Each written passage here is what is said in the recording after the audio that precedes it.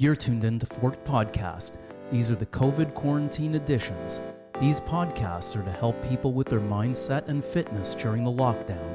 Literally every industry and individual is at the fork in the road, and these are the stories of people sharing their experience and vision of how we can emerge better. Today we're talking to Dean Hollingworth, strength and conditioning specialist. He's going to share his story about how he's dealing with the lockdown, maintaining his own fitness, and how he's coaching his athletes under quarantine. Lip balm, it's like it's your thing, right? Uh-huh. I thought that's before you eat. And before any type of conference or lecturing or something, I go through a whole ritual of things that is, I would say borderline OCD, but that would be kind. No, it's pretty OCD. It's spot on, actually. I believe it. No, it's ridiculous. Wait, it's only OCD if you believe something bad happens if you don't do it. Isn't it something like that? Isn't that? I'm not sure. I'm not sure if that's the true definition. To me, OCD was just doing something repetitively that made you feel better also. Yeah. So when I'm in this type of environment where I'm going, even just, doing a podcast like this or talking in front of a group of 100 people, whatever it is, I get this thing going inside of me that I have to do this, I have to do that. And I just leaned into it. Dude, let me tell you, you're not going to be doing anything in front of 100 people unless it's online for quite some time now. That's okay. This thing was just getting kicked up for you, man. You're doing a lot of conferences and you're being sought out as a professional in tennis specifically, but I know you're a strength conditioning coach for multiple sports, but tennis is your thing. 100%. Yeah. So what are you doing as a personal trainer, strength coach, limited equipment? How are you bearing up through the quarantine? Keeping your strength up and keeping your physique, obviously, because we've discussed that many times. Physique is an important thing, right? I think it's Of course it is. I think it's the most important thing. For some it is. I mean, for me, it depends on the day. But, I have a spinning bike, so I'm doing interval training, and I really enjoy that. And if for the strength training, resistance training, whatever you want to call it, I have some bands, and my bands, they're pretty thick, some of them. So I can position them like for if I stand on them and do a one-arm row, it feels like a significant amount of weight. Challenging my legs in the same fashion, the bands aren't as great for that. Yeah. But you have to look at tempo and, the isometric holds. If you start really working on that eccentric motion in a split squat, coming down slow and holding it at the bottom for 5 to 10 seconds, and you do that 10 to 15 times, that'll go get you for sure. Okay, so you're saying slowing, even if you don't have a lot of weights, by slowing down your movements, that'll help to get after the muscles a little bit more effectively. 100%. And especially for people that have been working with heavy weight, and doing repetitions of 6 to 8 reps or lower. When you get into that higher rep scheme, it really does start challenging you in a new way, right? Mm-hmm. So that's really challenged me quite a bit. So I found it interesting, and also, just alternating from upper body and lower body exercises, like just quickly off the top of my head, like a squat and a push up, and then a core exercise. Those three together get your heart rate going quite nicely.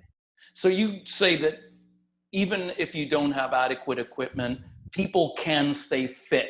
Maybe not in their athletic peak, but everyday people like myself can stay fit working out at home with limited equipment. 100%. First of all, listen, for the average person out there, there's no reason why you can't stay fit at home. If you want to start looking at some higher end athletes, depending on the sport, especially those, like if you take a football player, for example, that squats hundreds and hundreds of pounds, that's pretty hard to replicate. But again, you can start working on single leg exercises. Yeah. I mean, I think it's really interesting to see how many people can lift a lot of weight. And then when you ask them to do like a pistol squat or a single leg squat, just coming down onto a bench, how they struggle with that quite a bit. Interesting. So maybe during the quarantine, because it's not going to last forever, and gyms will open probably towards the end of the summer, I would imagine. You know, that's still a couple of months to work on other features of your health, right? Well, why not? 100%. Hey, well, you know, now, sorry? no, go ahead. No, and work on things, you know, listen, it's human nature to do things that we're good at and that we like, you know? So it's really easy to stay away from flexibility and mobility because, listen, most people need it. Most people don't like doing it. I mean, I'll be the first to admit it's boring as heck to get down there and to stretch for 20 minutes and do mobility, you know, if open book and all this stuff, thread the needle. Oh, it's open the book, sometimes. Thread the needle. Interesting. Yeah. I've Yeah, never heard these. I've never heard these. I It's think I all- know the book it's all opener. like it's really big in any type of rotation sport, and tennis is a rotation sport. So we really have to focus on the thoracic spine being, you know, optimum in terms of its mobility. Okay. Well, let's talk a bit about that because Yeah, it was interesting. Before I got on here with you today, sort of wanted to look like I might have known a little bit about what I'm talking about. As anybody who knows me knows, I don't follow sports a ton, so I'm not really. Really? I hadn't noticed. Interesting, right? Really? But I went on. Did you watch the NFL draft Thursday night? Oh, I know you did. I know you did. How was that? How was the NFL draft? You know, it was completely different this year because they had to do it online and it was a virtual draft. But listen, it was good. But not having the people there, the energy that I mean, sports is a spectator thing, right? If you have a sport minus the spectator, minus the eyes on the athlete, you don't get the same performance, right? We all feel it. If somebody's watching us, we feel pressure to perform better. You know, like I think if you eliminate the spectator, it's going to change the sport. Do you agree, or is that just me? I would have to agree. I mean, you know, that's why they call it like home field advantage. I mean, the crowd's behind you. I mean, that's how you get up for something. To go out there just, you know, 11 on 11 it could be a different feel. I'm sure it has to be a different feel. The crowd does. You said it brings an energy. There's no doubt about it. Yeah, and I was watching when I went to sportingnews.com. It was very interesting. Sportingnews.com. I was trying to look at like what are professional athletes doing during COVID, and it was hilarious. You'd think that they all have these superior home gyms. But there was Roger Federer, actually, who was in his backyard. He had a green tennis board. And he was just lazily hitting the ball like he was practicing his trick shots between his legs. He looked totally bored. And you see you saw Olympians who were like lifting their couches. I mean, it was awesome. It was hilarious. And we think that they're all set up. So what are you doing with your athletes during because they're in the same pickle, I would imagine, as anyone else. How in the hell are they staying fit, or at least close to fit enough to perform in the game by the time it comes back? Well, listen, it's everything we spoke about to this point. Thankfully now with a little bit of the nicer weather, you can get outside and do some sprints down the street if you want, you know, to work on your speed and power. Do some plyometrics. You can still do plyos in the house. I mean, as long as you don't put your head through the ceiling or something or through a wall, bounce through a wall. But, you know, with some of the athletes I'm working with online, they have a little setup either in the basement or in the garage, and we can do some very basic fundamental movements, whether it's a split step to a shuffle, a crossover, working back, change of direction, working on bounding and hops. That's really keeping them at a relatively high level. And especially with some of the junior athletes, I've actually seen some positive changes where they're getting better because they're actually probably training more now than they were during the season and have better recovery time. Listen, it's not ideal, but I think most of them are doing as best as they can. What do you think happens to an athlete who doesn't have an event to perform for, especially a young person? Does a young person need that sort of carrot hanging so that they know they have to strive for that? Or is that pretty much all athletes need the event? They need game night.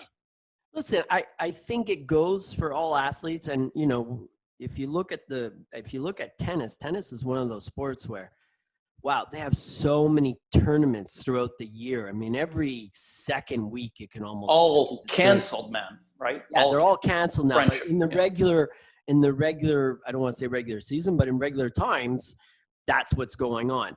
Now, it's hard to keep training for something that you can't even apply what you're doing to. And the motivation, I can imagine, is difficult, because you're like, it's easy to say, okay, I'll do it tomorrow. I'm not playing a tennis tournaments are canceled almost throughout the summer. So I'll wait tomorrow. I'll wait till tomorrow. But I think it's really important to keep stressing the fact that it's not just training for your sport, but it's training to become a better athlete. And this is a great opportunity for a lot of the athletes to take a step forward, even though you may not have the facilities to work out in. But again, as I mentioned, you know, some of the athletes I work with really have a lot of mobility issues, and you know, this is a great time to work on it. It's a great time you can work on your speed. Strength is a little tough, but you can still get stronger at things and just develop a solid foundation. Yeah. Do you think this has called on you as a coach in a different way to help keep an athlete's mind opened, or keep them inspired towards something that's not evidently in front of them anymore? I'd like to think of myself as a coach that's pretty much in touch with my athletes and always helping them, whether it's physically or mentally, to make some gains or to get better. I saw this morning, you know, I had a group of 8 athletes, and it's Monday, and I get that sometimes, but they looked a little like it was hard to get them motivated. So, you know, when the athletes are between the ages of 12 and 16, you know, not the biggest talkers a lot of time, especially if it's not amongst themselves. But if you ask them questions like, hey, what have you done? You know, what are you looking forward to? How are things at home? You know, questions like that, they don't really get answered very easily. So it's kind of like being a dentist and pulling teeth a little, but I really try and get them to engage. So for example, Friday, what we did was I asked every athlete that I had on Friday was to select their favorite quote, you know, whatever it is, you know, it could have been Nike, just do it, or something. But not just that, tell me why you like it. You know, what's behind the reasoning there? So I really want them start to develop that mindset that, yeah, these are tough times, but we're going to work through it, and we can still develop and get better, even though it's not an ideal situation. Well, here's an interesting thing. As you're talking, I was just thinking that this could be a moment that an athlete who has more mental discipline might actually surpass some athletes who just have more talent.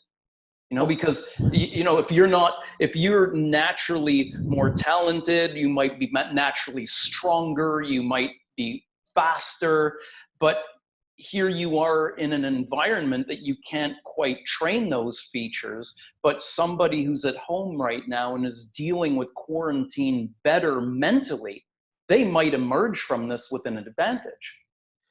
Listen, there's no reason why that saying, hard work beats talent when talent doesn't work hard is a true statement. So yeah, of course. I mean, I can tell, listen, from the kids I work with, I can see who's getting better and who's staying put. And it's all related to dedication and their grit. Let's put it that way, grit. I love that word, grit. That they have a grit and they're still pushing themselves and still working hard for the day they can come back.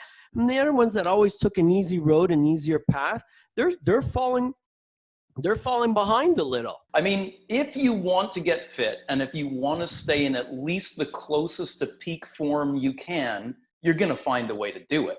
Of course. I mean, you just have to look at the Rocky movies, right? And we've discussed. I was just thinking of that. You know I'm always rocks in your backyard. I mean, there's a way. I have no equipment. You have your body, okay? Yeah. And your body is a great piece of equipment. You want to make things hard on yourself, you can make things hard on yourself. I completely agree. And even like you said before, even though the good weather is coming, there's some people who were just out there running when it was snowing. You know, like in the beginning of this, end of March, we're in Montreal, so we were still getting some snow, some pretty cold weather. And there were people out there running in the snow, or there wasn't a hell of a lot of accumulation, but it was cold, it was snowing in the park. In the beginnings, our parks were open. So you're in there doing your pull-ups, doing push-ups, whatever it takes. Yeah. Listen, if there's a will, there's a way. You know, if you don't really want something, you can always find an excuse. If you really want something, you'll find a solution. And it's as simple as that. Like I posted on Instagram doing pull-ups, holding on underneath the dining room table. I also took a suitcase, a carry-on. Did you get your wife's permission to do that? If my wife saw me doing pull-ups under the kitchen table, that would probably be the last pull-up I ever do.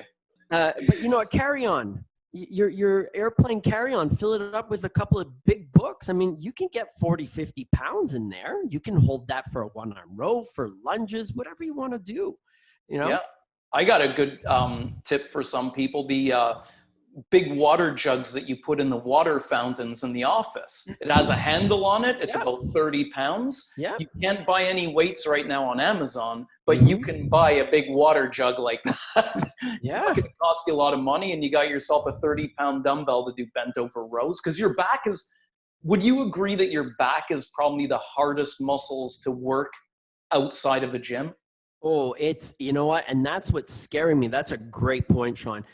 That's what's scaring me, is that you see all these people doing push-ups and push-ups and push-ups, and they're working the front, and the back, literally the back, is getting not a lot of attention. I mean, that's how you start having shoulder problems, you know, getting the chest, pulling the shoulders forward. Yeah, it is challenging. I mean, like you said, pull-ups in a park, you could use the suitcase. If you have a TRX, those are the easiest ways. Yeah. Maybe a chin-up bar, right? Maybe if people can get their hands on a chin-up bar. Yeah, just make sure it stays in between the doors. There's too many videos out. I mean, I appreciate the videos, but there's just way too many videos now of people hurting themselves training, and I can't stop watching. Humans have way too much time on their hands right now, and we rarely use it productively. We do really stupid shit. I want to ask you a question though. So if you were training and you were training with your jugs of water and it fell on your head or something, would you post it? I would most certainly post it. If it gets you a couple extra likes on Instagram, yeah, for sure, post it. I like that reel. I like the reel. You know, I'm a bit of a jackass by nature, so I like to share that. Fantastic. So you're managing to stay fit. You're managing to keep your athletes' mindsets in place. If there's people out there listening right now, Dean, I know every day people like myself were listening, even things that you said, even though you're a specialist and you deal with primarily with elite athletes, I'm still hearing things that are very relevant to me. Yeah. Like, you know, mindset, don't make excuses, find out what works for you best and just stick to it. Can you sort of go over what a person should be mindful of in their day, like from 100%. Waking hour to bedtime? Like, what can somebody's day look like? You know, and that's a great place to start, because when we first started this self-isolation, I was talking to one of my players, and she said to me, she goes, yeah, I got up at 11, and I'm like, what?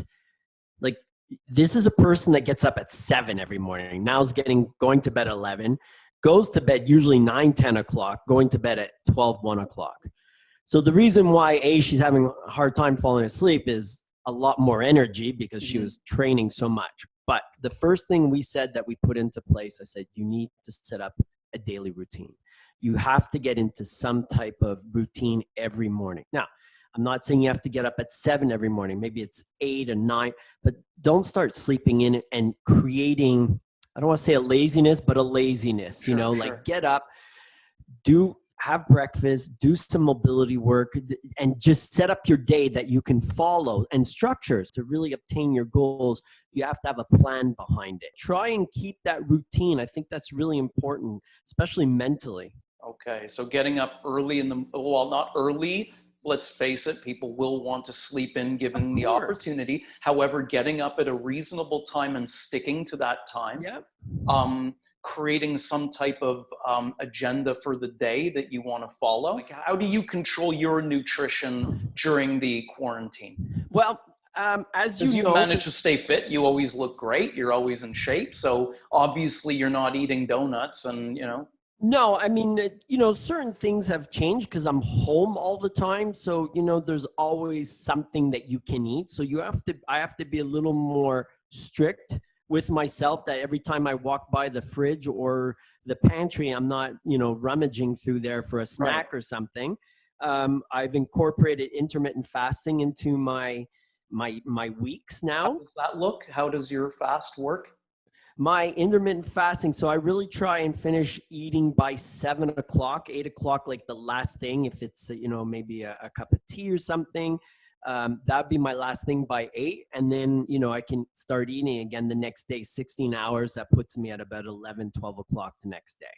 Okay. And when you do start to eat, like, what would your first meal typically be? Oh, that's a good question. That depends on the day what I'm kind of craving. So okay. I might go. Well, I crave Lucky Charms, but I'll never have that, right? I'm not. No, but I might go with a protein shake to start off right away.